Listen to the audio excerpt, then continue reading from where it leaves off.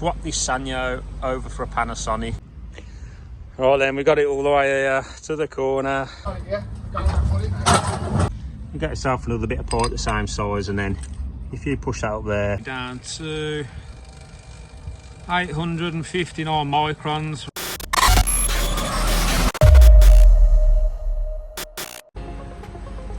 Right then, we're back at this one. I don't know if you guys remember this one if you watched some of my previous videos, but we've got this Sanyo VRF. This one had a faulty 4-way valve and a thermistor in there. You can't get the bits anymore. A lot of these parts for the Sanyos are now becoming obsolete, so what we're going to do today is swap this Sanyo over for a Panasonic. Right then, we're going to get the refrigerant out of this unit. I've shown you all this before, so that's where my recovery machine sits. So we're going to rig that up. Got some scales. And then I'm still using these at the moment. So the trusty yellow jackets. I am after a set of the new Testos, but these are good enough for now, so let's get this going.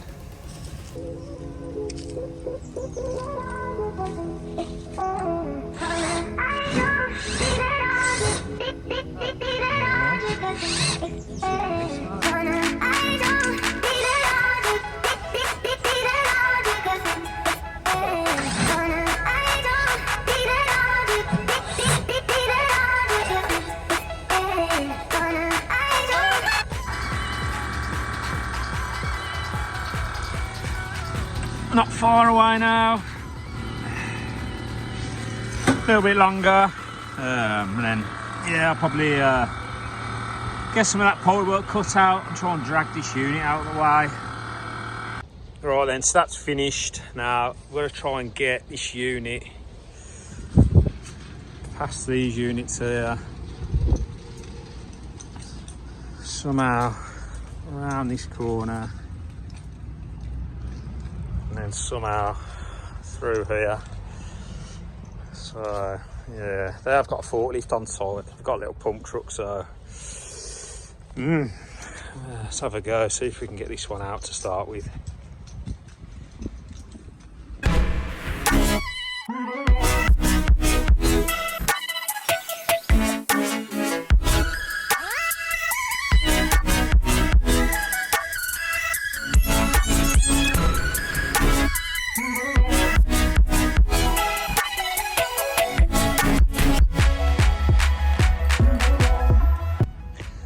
Right then, we got it all the way here to the corner. Last little bit. Let's go.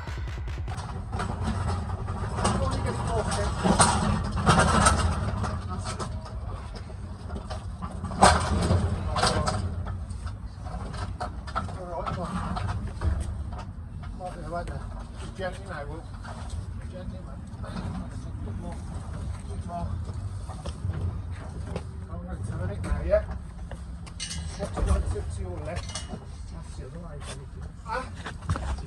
Yeah. That's it's going this way. Got it, yeah? Go on, put it now.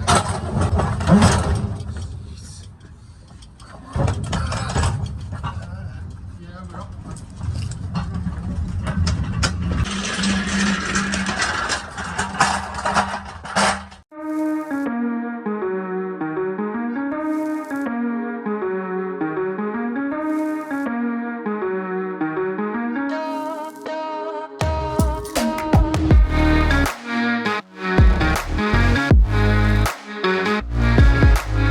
So we've got the unit just about where we want it. Just going to take it off this pallet, and then we're going to try and somehow slide it in there. So get these bolts off this pallet.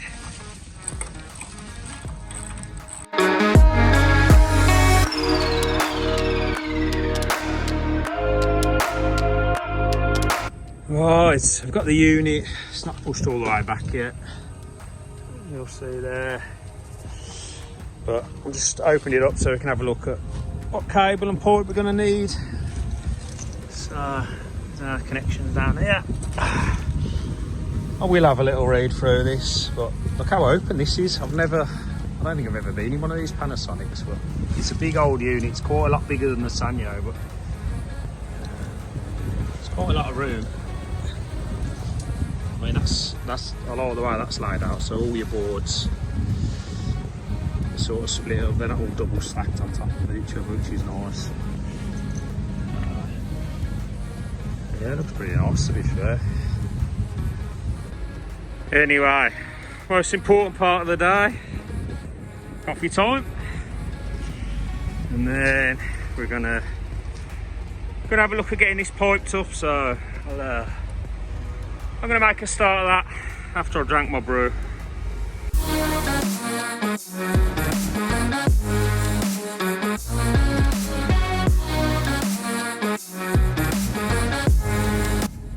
Right then, we're just spending a bit of pipe.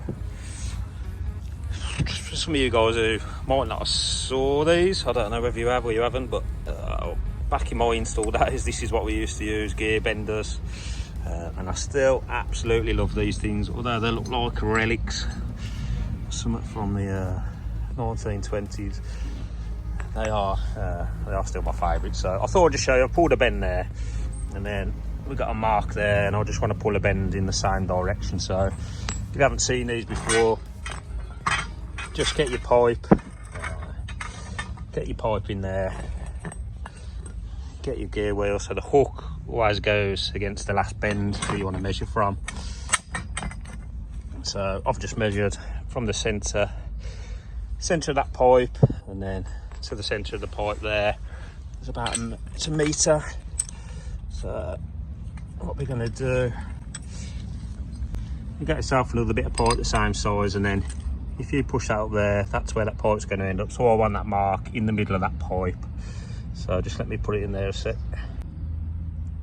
So there you go, look. That's in the centre there. So when I pull the 90, that 90 mark matches up with that line. That's going to pull me a perfect 90.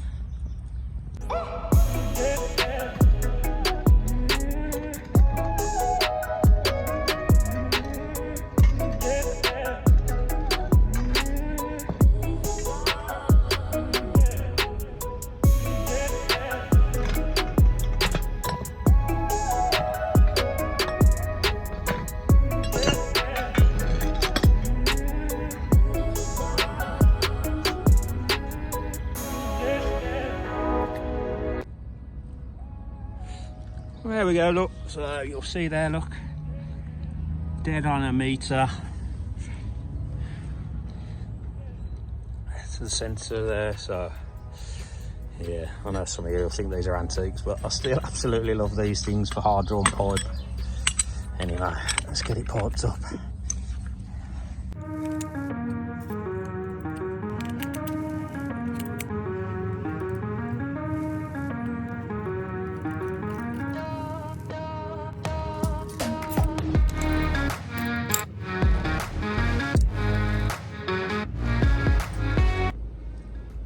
While I'm packing it away, because I can't remember whether I've shown you guys this before.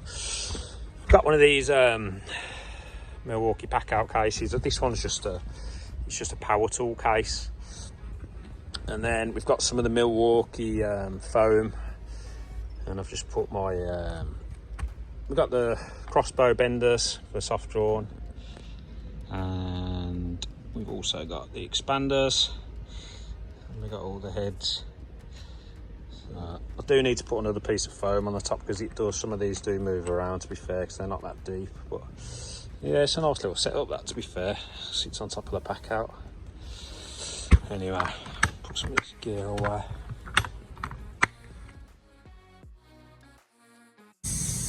Right, pressure's held, which is good. So we're just letting the nitrogen go now. We can get this one vacuuming then. Just got to tidy up some of the lagging on the pipe work, and get the cable across and just clip that pipe work onto the tray.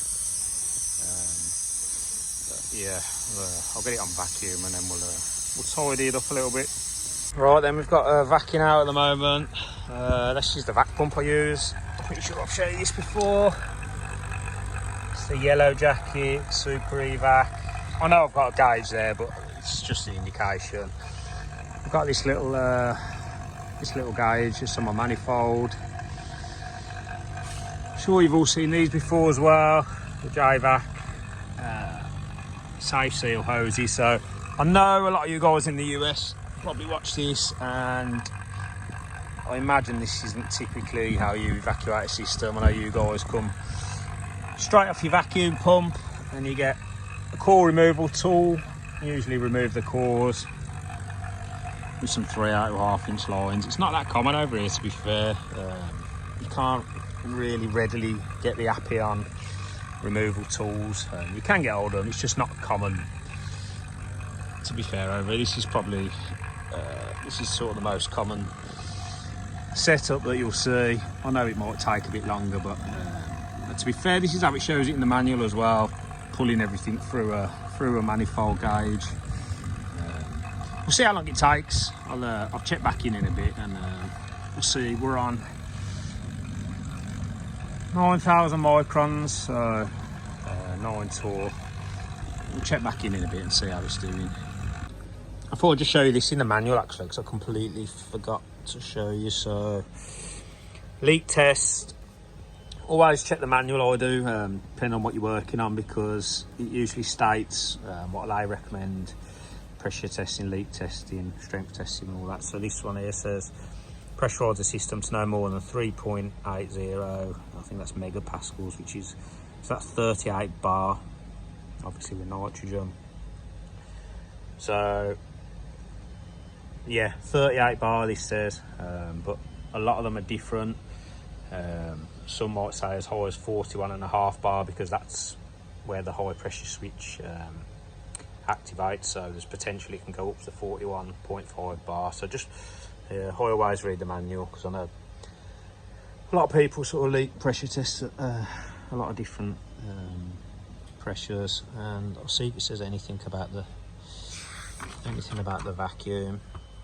So evacuation, there you go. This one says required time, blah blah blah, 45 minutes or more, 90 minutes or more, and it will say there, look, vacuum condition is less than 5 torr. So there you go. So this one states that it needs to be below 5 torr. Again, they're all totally different. Some will say 3, some will say 2, some might say 1. So if you do want to know, read the manual, because that's where you find the information. You know, I'm going to go and grab some dinner, so I'll be back in a bit.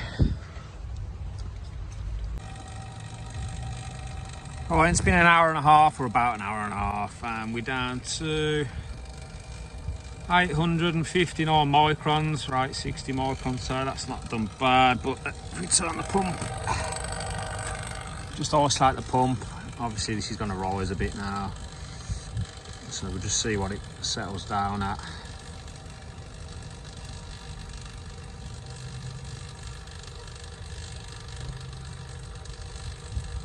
Yeah, 1880, so just under 2 torr. I'm happy with that. It's pretty good, to be fair. What I'm going to do though, I'm going to leave it on. I'm just going to pull that down a bit more. I've got to go and measure all the I'm going to re-measure all the pipe run inside, so I'm going to leave this cracking, see how low I can get it, and then we'll do a rise test. I have gone across all three of these ports as well, so I've checked it and we're getting the same reading. So yeah, I'll leave this on a bit longer. We'll go and measure some pipe work. Right, and the vac pump's off. We are holding at about 1300 microns, so 1.3 torr. I'm happy with that. So it's drawing towards the end of the day, so I'm going to get this charged up so I can get these crankcase heaters on, we'll get the power on, and then yeah, I'll catch up with you guys when I've got this done. Whew, man, there it is. Just pop the covers back on for now.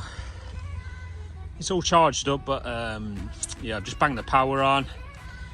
Just gonna leave them crankcase heaters on over the weekend, because it's about 4:30 now on a Friday, and I definitely haven't got time to commission it now. So I'm going to end the video there, I think. I know it's not been super detailed, but it's just, I know a few of you wanted to see what happened with this one. So what I'm going to do, when I come back Monday, I'll just do another little video and we'll have a look at, I'll open it up, I'll have a bit of a better look inside this.